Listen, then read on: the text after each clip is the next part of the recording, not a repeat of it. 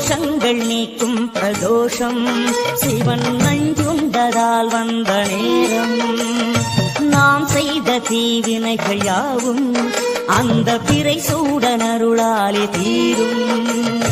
தோஷங்கள் நீக்கும் பிரதோஷம் சிவன் நஞ்சுண்டதால் வந்த நேரம். நாம் செய்த தீவினைகள் யாவும் அந்த பிறை சூடனருளாலே தீரும். நாரணன் விடையாக நந்தியின் கொம்பிடையில் சிவனாடும் நேரம் இது. சிவன் வரும் சுகமான நேரம் இது.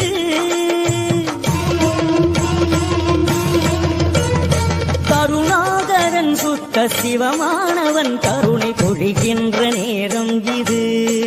வரம் தருகின்ற நேரம்